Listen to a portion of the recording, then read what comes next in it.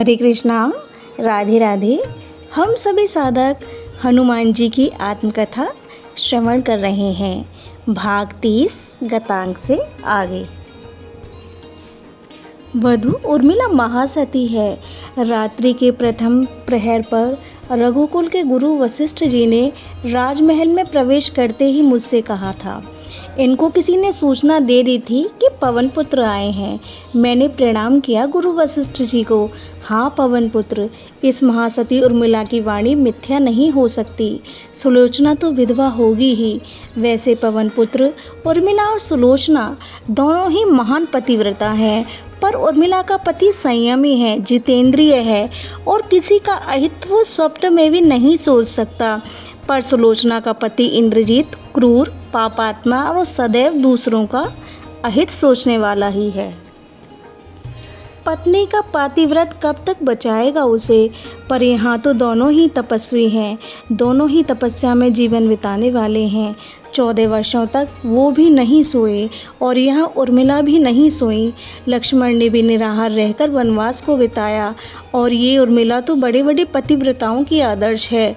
गुरु वशिष्ठ की वाणी सुनकर मैंने रघुकुल की इस वधू को प्रणाम किया। अब मुझे विलंब होगा, मुझे यहाँ से प्रस्थान करना चाहिए। प्रभु भी परेशान होंगे और यहाँ से दूर भी है लंका। मैंने कहा था। भरत जी शांत भाव से सुन रहे हैं पवन सुत की आत्मकथा को।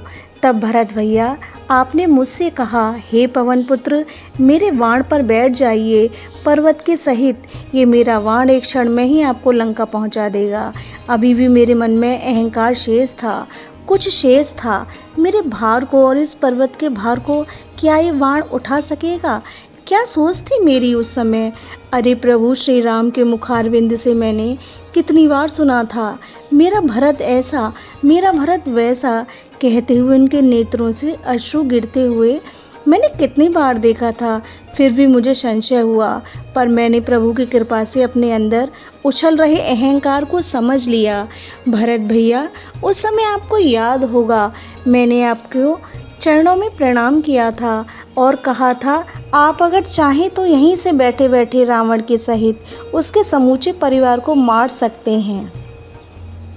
मुझे पता है, पर मुझे ही आज्ञा दी है प्रभु ने कि पवन पुत्र, तुम ही ये कार्य करो।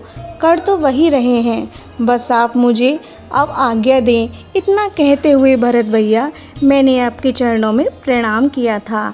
आपने मुझे हृदय से लगा लिया था। आहा, मुझे एक दिव्य शक्ति उसी समय प्राप्त हो गई थी। मैं उड़ चला था पर्वत लेकर लंका की ओर। मुझे बाद में जामवंत ने बताया कि प्रभु निरंतर अपनी दृष्टि आकाश में जमाए हुए थे।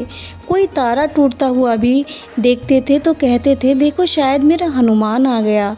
और जब तुम नहीं आते थे तो फिर उनका रुदन शुरू हो जाता।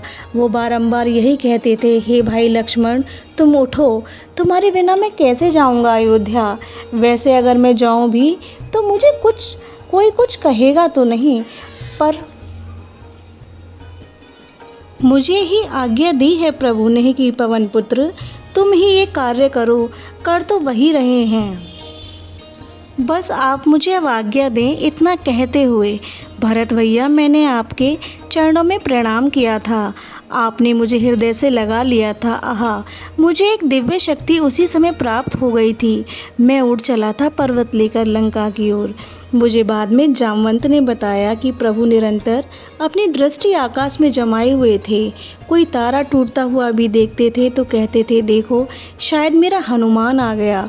और जब तुम नहीं आते थे तो फिर उनका रुदन शुरू हो जाता। वो बारंबार यही कहते थे, हे भाई लक्ष्मण, तुम उठो, तुम्हारे बिना मैं कैसे जीऊँगा अयोध्या? वैसे अगर मैं जाऊँ भी तो कोई मुझे कुछ कहेगा नहीं, पर मेरा राज्याभिषेक होगा और सब भाई मुझसे आशीर्वाद लेने आएंगे। भरत, मांडवी, शत्रुघ्न और श्रुति कीर्ति पर माँ सुमित्रा के साथ सफ़ेद वस्त्रों में जब उर्मिला आएगी और मुझसे आशीर्वाद मांगेगी, तब मैं क्या कहूँगा? क्या ये कहूँगा कि तेरी मांग के सिंदूर को मैंने ही मिटाया? ओह, अपने स्वार्थ के चलते अपनी पत्नी को पाने के लिए मैंने उर्मिला तेरे सुहाग को उजाड़ दिया। प्रभु उस समय रोते ही जा रहे थे। मुझे ये बात जामवंत ने बताई थी और उनका रुदन हम सब के लिए असहाय हो रहा था। वानरों का आत्मविश्वास हिल रहा था और कल युद्ध भी करना था। तभी आकाश से आते हुए तुम दिखाई दिए। मैं ही उछल पड़ा था पहले और चिल्लाकर बोला था, प्रभु पवन पुत्र आ गए। प्रभु के मुखमंडल पर अप्रसन्नता दिखी थी मुझे। वानरों को उछलते हुए मैंने देखा। सब चिल्ला उठे थे, जय श्री राम, जय जय श्री राम। भरत भैया, मैं पहुंच गया था रात्रि के तृतीय पहर में। पर्वत को मैंने रखा और सुषेण वैद्य का हाथ पकड़कर ले गया था पर्वत के पास।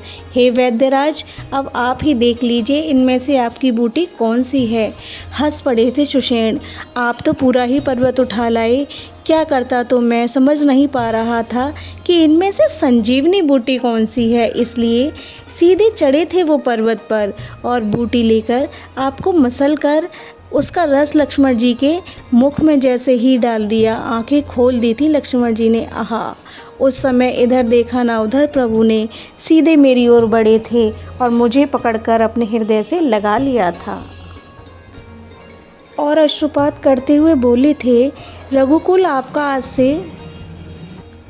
सदैव ऋणी रहेगा हनुमान। दूसरे दिन कुंभकर्ण को प्रभु ने एक ही बाण से मृत्यु का ग्रास बना दिया।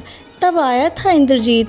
लक्ष्मण जी के साथ उसका घमासान युद्ध हुआ और अंत में उसका मस्तक छेदन करते हुए उसका वध कर दिया था शेष के अवतार लक्ष्मण जी ने। उसका तो वो शरीर वहीं पड़ा था युद्ध के मैदान में। तब मुझे ही प्रभु ने आज्ञा दी, इसके देह को उसकी पत्नी सुलोचना के पास भिजवा दो, वो पतिव्रता है। मैं लेकर पहुंचा था सुलोचना के पास इंद्रजीत का देह आकाश मार्ग से। वो देखती रही, फिर बोली, मुझे तुम्हारे राम से वार्ता करनी है। समुद्र के पास में ही चिता तैयार की गई थी।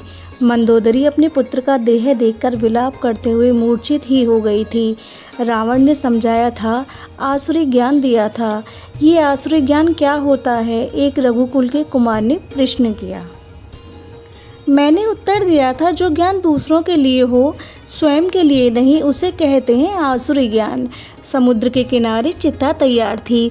मैंने वचन दिया था सुलोचना को कि प्रभु श्री राम को मैं लेकर आऊँगा। सुबेल पर्वत के पास ही सागर के तट पर चिता तैयार की थी। मैं लेकर गया था प्रभु को सुलोचना के पास। क्यों मारा मेरे पति को? मैं पतिव्रता हूँ, मैं तुम्हें श्राप दे सकती हूँ हे राम।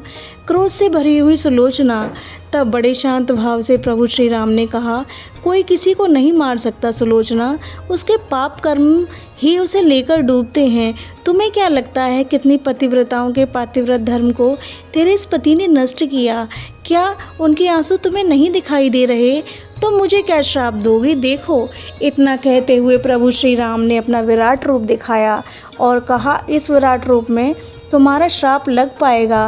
प्रभु ने रोष प्रकट करने के बाद अपना शांत रूप दिखाया। फिर कहा, हे सुलोचना, तुम मात्र अपने ही बारे में सोच रही हो, पर उनका क्या जिनके सतीत्व को तुम्हारे पति ने नष्ट कर दिया। हे राम, मेरे पति को नरक ना मिले, ऐसी कृपा करो। हे राम, शांत भाव से ये कहते हुए प्रणाम किया सुलोचना ने। जाओ अपने पति के साथ पतिलोक में सानंद रहो। चिता तैयार थी। प्रभु श्री राम को प्रणाम करके वह सुलोचना चिता में बैठ गई और अपने पतिलोक में चली गई। नरक जाने का कोई मतलब नहीं था। अनंत शेष के अवतार लक्ष्मण जी के हाथों इंद्रजीत की मृत्यु हुई थी, इसलिए यह प्रसंग अब यहीं विश्राम लेता है। हरे कृष्णा, राधे राधे।